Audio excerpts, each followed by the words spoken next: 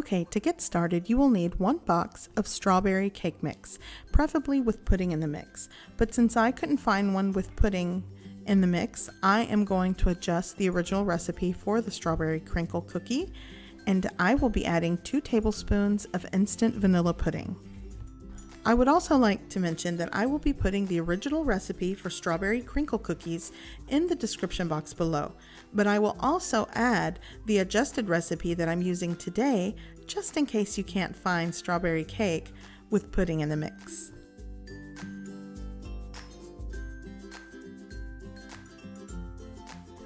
Okay, so now that I've added my 2 tablespoons of instant vanilla pudding mix, I'm going to whisk the ingredients together until they are well combined.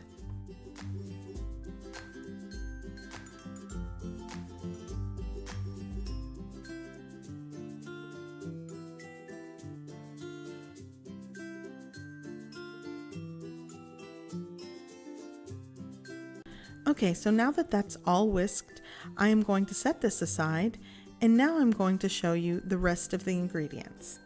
You will also need 1 room temperature large egg and 1 container of Cool Whip. Here I have a 16-ounce container.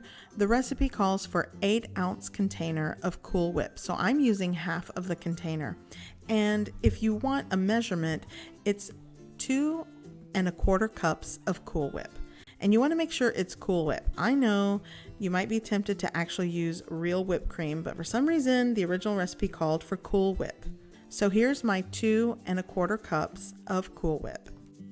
And because I adjusted the recipe with 2 tablespoons of instant vanilla pudding mix, I'm also going to add an additional 2 tablespoons of Cool Whip.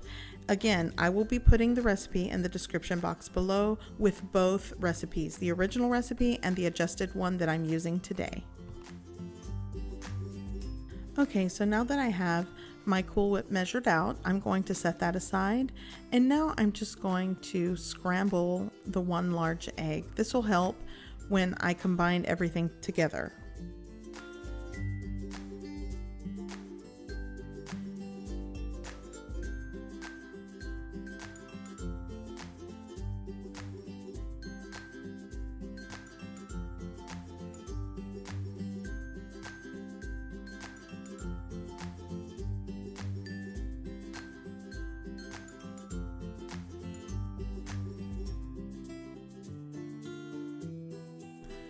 Okay, so now the next step, I'm going to combine the cake mix, the egg, and the Cool Whip.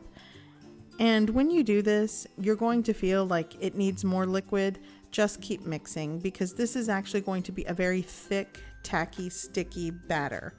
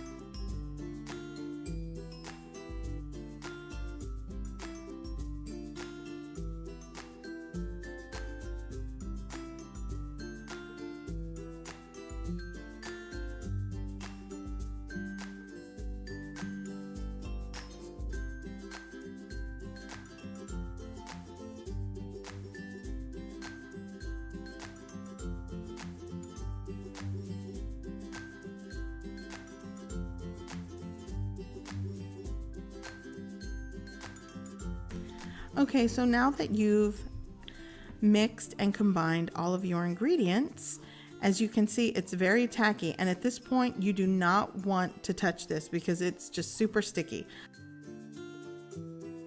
So the next step is to work with 1 cup of confectioner's sugar or powdered sugar.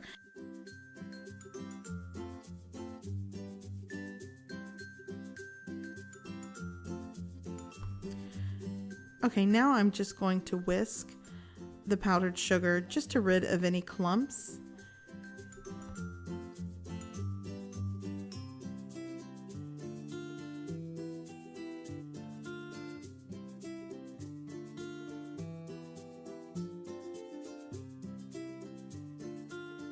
Now, what I'm going to be doing is spooning in the batter into the powdered sugar, and this will allow me to work with the batter without getting it all over my hands.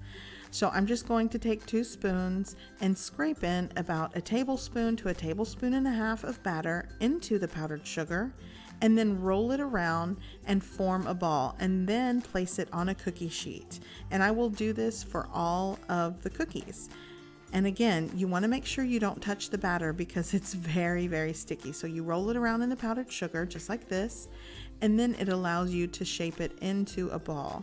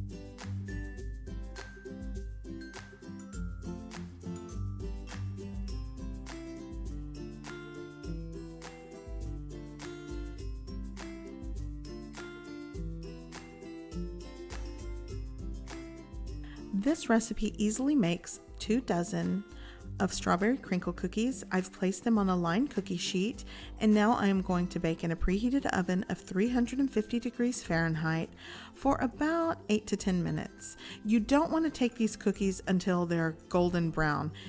They'll get a nice color around the edges, but you want to keep them nice and soft. It's been close to 10 minutes, and now I'm going to pull them out of the oven, and this is what they look like. And I just wanted to show you, they really don't have a golden brown color, but they do puff up. And again, the point of these cookies is to have a nice exterior, but a very chewy center. And you want to let them set. Right now they look puffy, but after letting them set for about 10 minutes, they're going to deflate, but they have this wonderful chewy center that makes these cookies so delicious.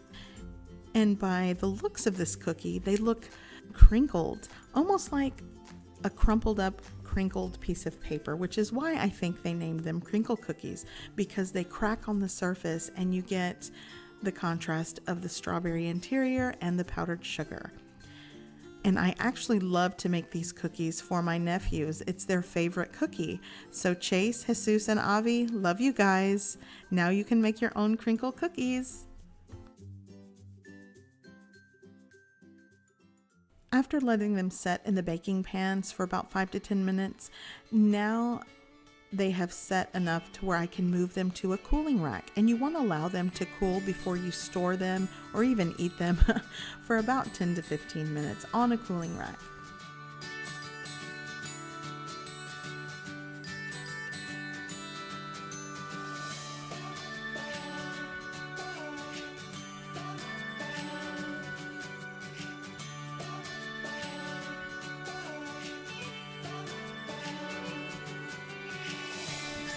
These cookies make a perfect party cookie, or I like to make these also for Valentine's Day gifts because of the pink and white.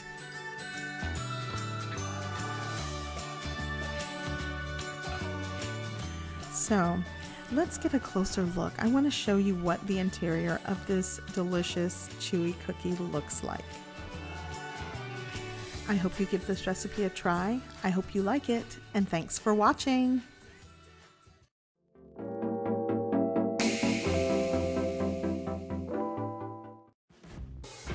Hey guys, you can click on the video icons for more recipes, or you can click on my picture icon to subscribe.